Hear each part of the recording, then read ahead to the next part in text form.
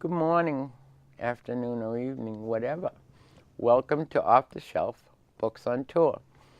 I have a rather unique perspective on today's show.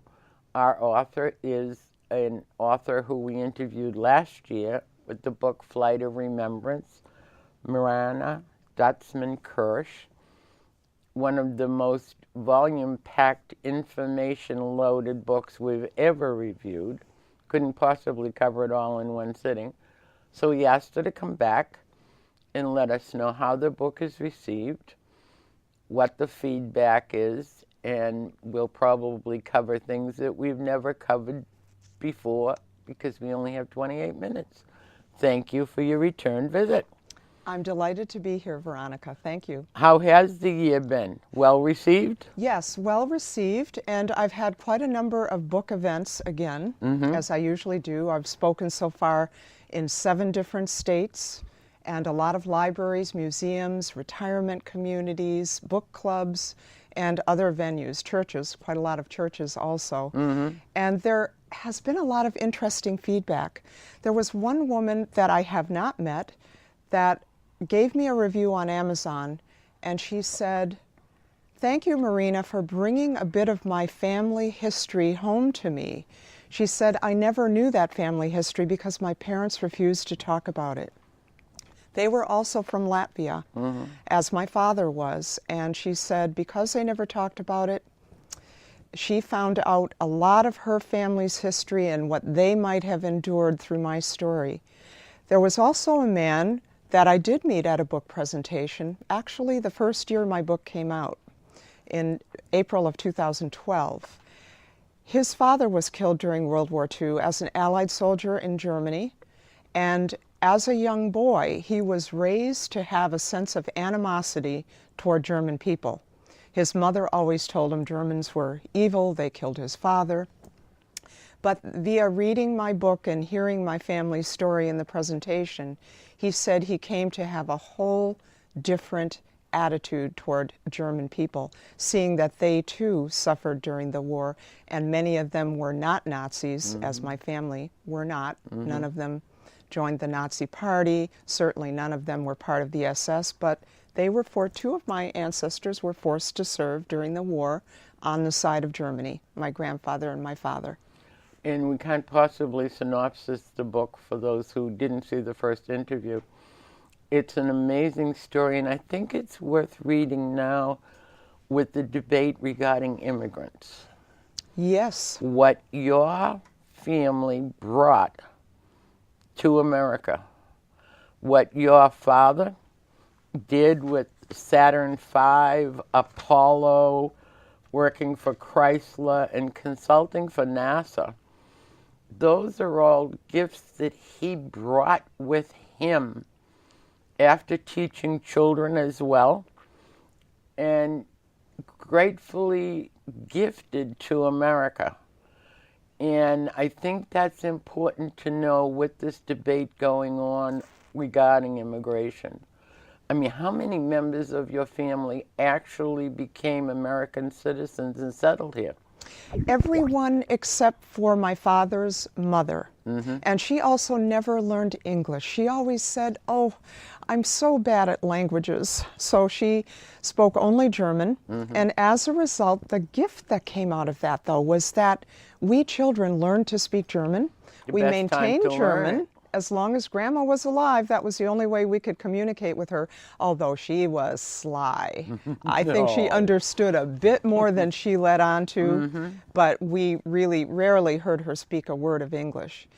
I might mention, too, that my grandfather, as well as my father, both worked in the U.S. aerospace industry, and Grandpa worked long beyond retirement age. He didn't retire until he was 72 years old, and he worked with gyroscopes, which were the directional systems in the rockets. But Dad was head of a team of people that designed components of the Saturn 1B rocket, and all of those were later used successfully in the Apollo moon missions. Did he not have a relationship with Christopher McAuliffe as well? Did he not work on that particular rocket system? No, by that time, when Christopher McAuliffe so unfortunately died, Dad was already retired. And from retirement on, which was 1982, he devoted himself to sharing his skills, his expertise, and his enthusiasm with people all over the Lakes region, particularly children. So he worked in a lot of the schools, doing workshops with kids and leading programs like Young Astronauts. The chapter that he started at the Alton School in the Lakes region was the premier chapter in the entire state. And he also wrote an article on every NASA mission for about 33 years for a magazine called Flugrevue. That's a German magazine, but it was also published in French and in English. So every U.S. space mission was covered by my dad in that magazine. He was quite devoted to that field from a young age. I mean, aeronautical engineering originally. Both he and your father seem to have been born with the gene. Yes, both he and my grandfather, yes, absolutely. Wanting to know more, explore more, get closer to God, maybe. Yeah, well, my grandfather was actually an electrical engineer, and Dad was originally an aeronautical engineer, but born at just the right time that he would be inspired by early attempts at flight. And then it was the right timing that the aerospace industry was just emerging.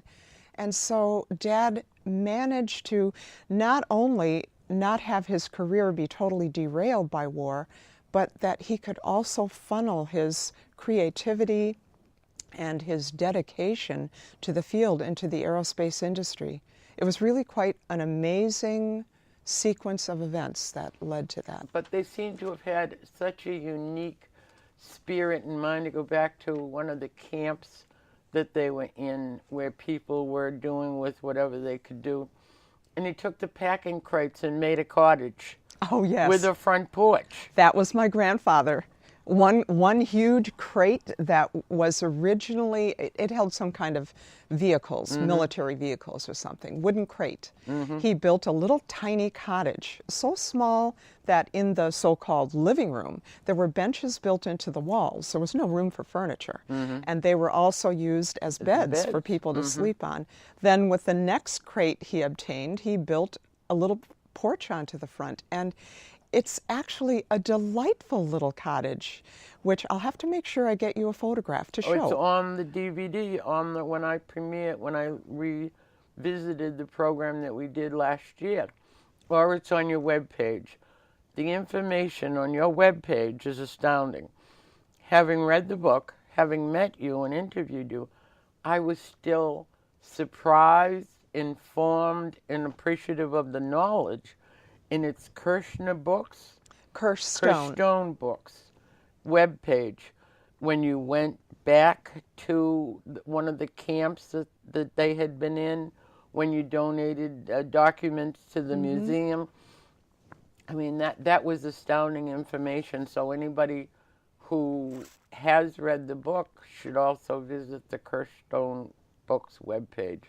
It was astounding. And I also offer a 40-page free excerpt from the About the Book page on my website. You mean I could have cheated without reading the whole thing? You could have cheated for the first 40 pages. No. But however, the most dramatic part of the story you would have definitely missed. And incidentally, that's part of the story I do not tell in any of my book presentations. I actually found people like to have me relate the story, so I do. But I leave out that part because it's climactic, it's dramatic, and it's almost unbelievable how my parents discovered that each one of them was alive and how they were finally reunited after the war. So I like to let people read that in the book. It's almost too synchronistic to be true, but it actually is true. The way that they kept track of one another, how they provided an escape mechanism to freedom. You being born in Switzerland, interrupt us. Thank God, a neutral country. Right. I'm so grateful so for do that. you maintain, you don't have dual citizenship, or do you? I don't.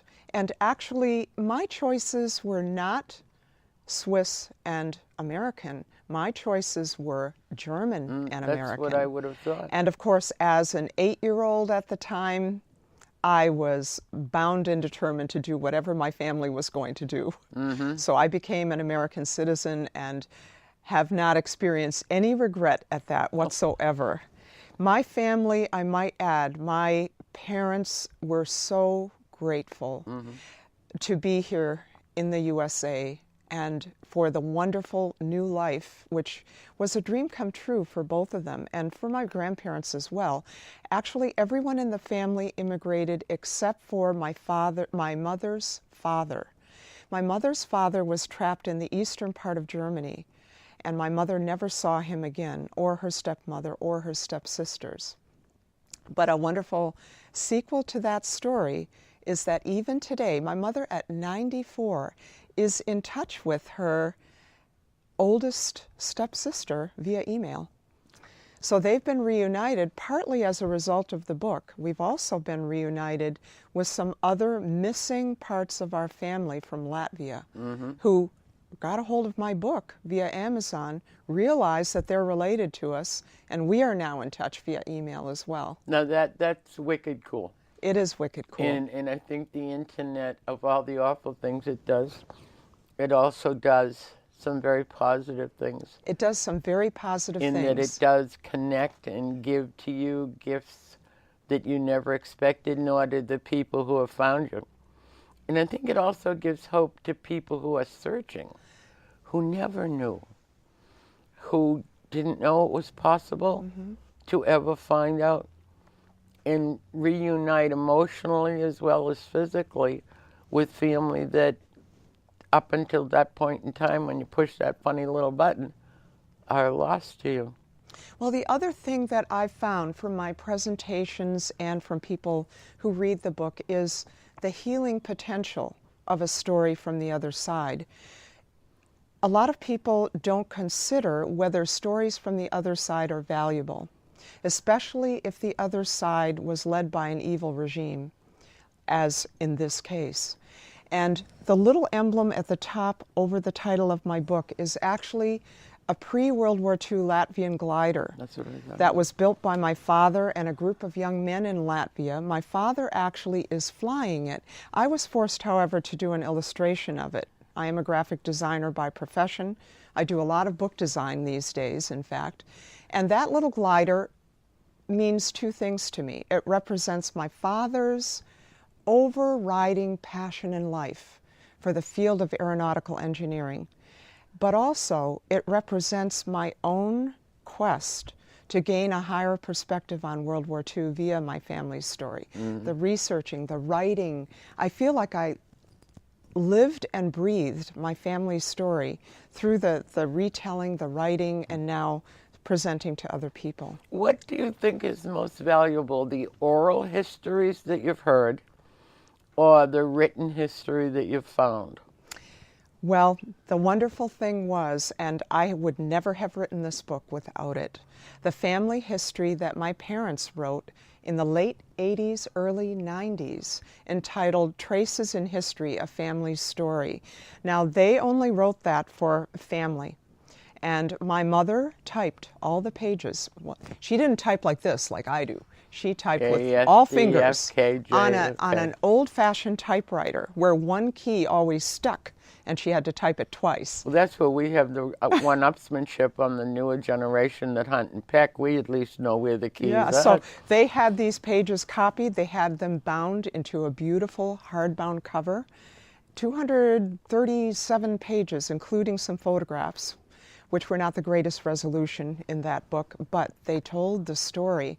And that to me was the most valuable, because even though I had heard a lot of the stories orally growing up, my family never, my parents, my grandparents too, other than my grandfather who never talked about it, but my grandmothers talked about the war sometimes, and my parents talked about it quite a bit, and also their growing up years. But when I finally had that book of theirs in my hands, I got the full dramatic sweep of their story. And I thought, wow, please copyright this right away, which they did at my request. But it took me another 13 years before I knew what to do with it. What a gift. My first vision was a film.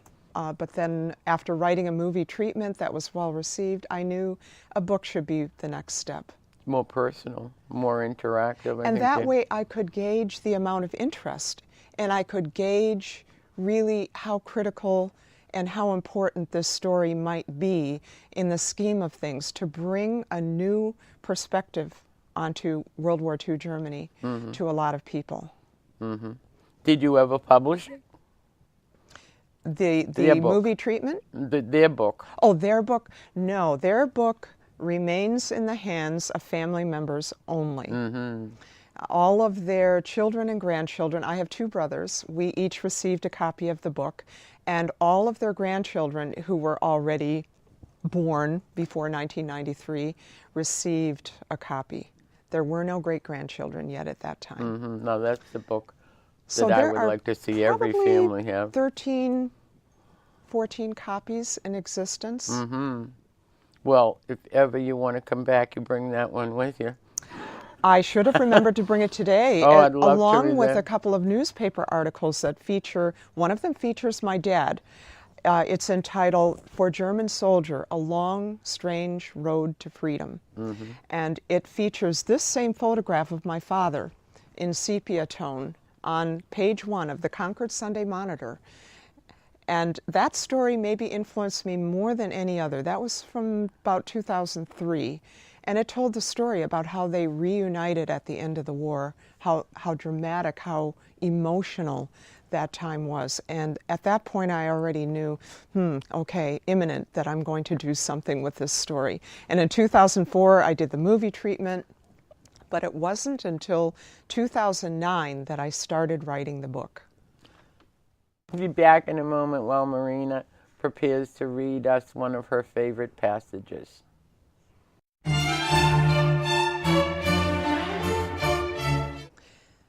The segment I'm going to read is from the story right after my grandmother's and my mother's home in Berlin is partially destroyed by an Allied bombing raid.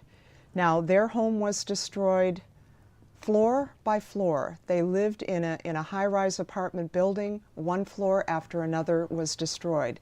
This particular bombing raid was the worst one they had experienced to date. They emerged dazed and shaken from the basement to find the walls of their apartment had partially collapsed. The windows were all shattered, including the large floor-to-ceiling window in the living room.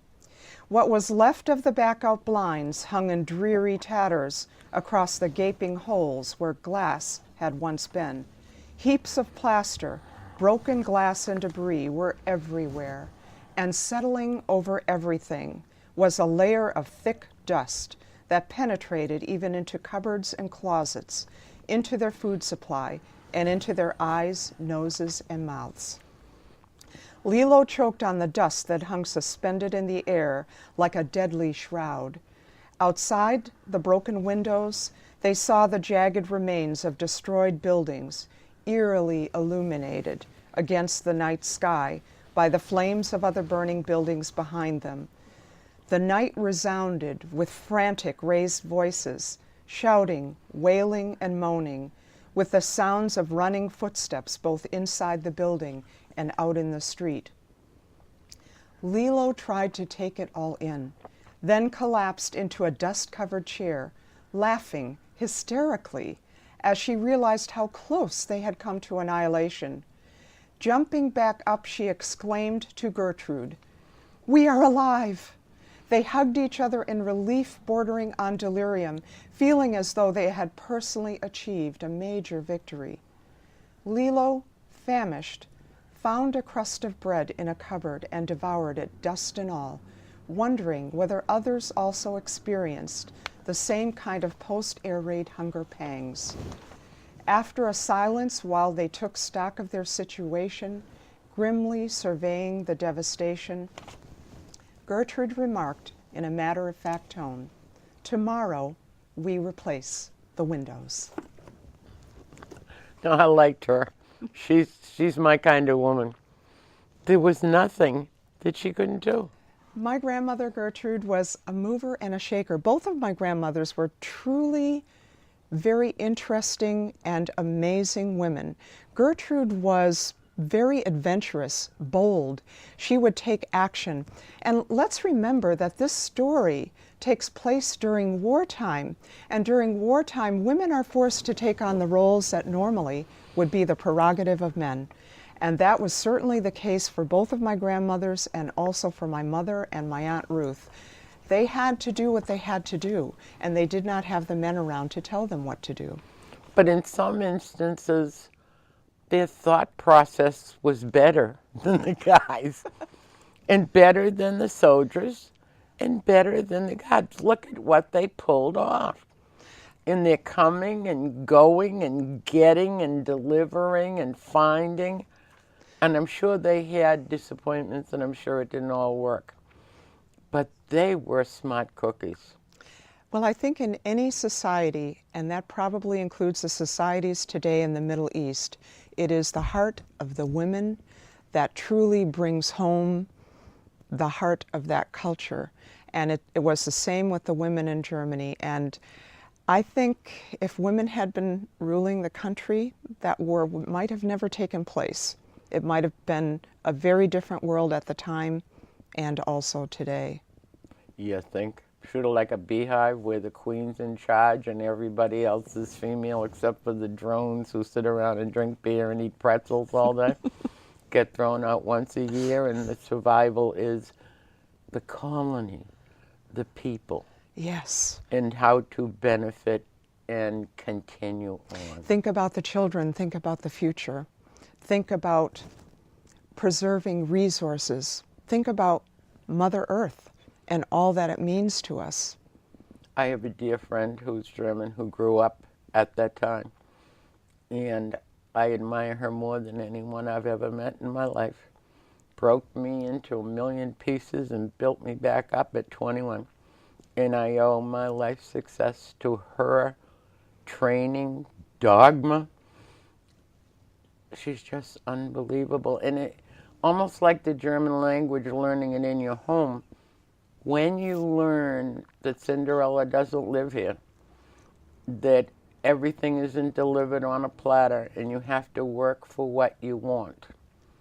These people in these stories that go on and on and on are a perfect example of where we have to reinvent ourselves as Americans.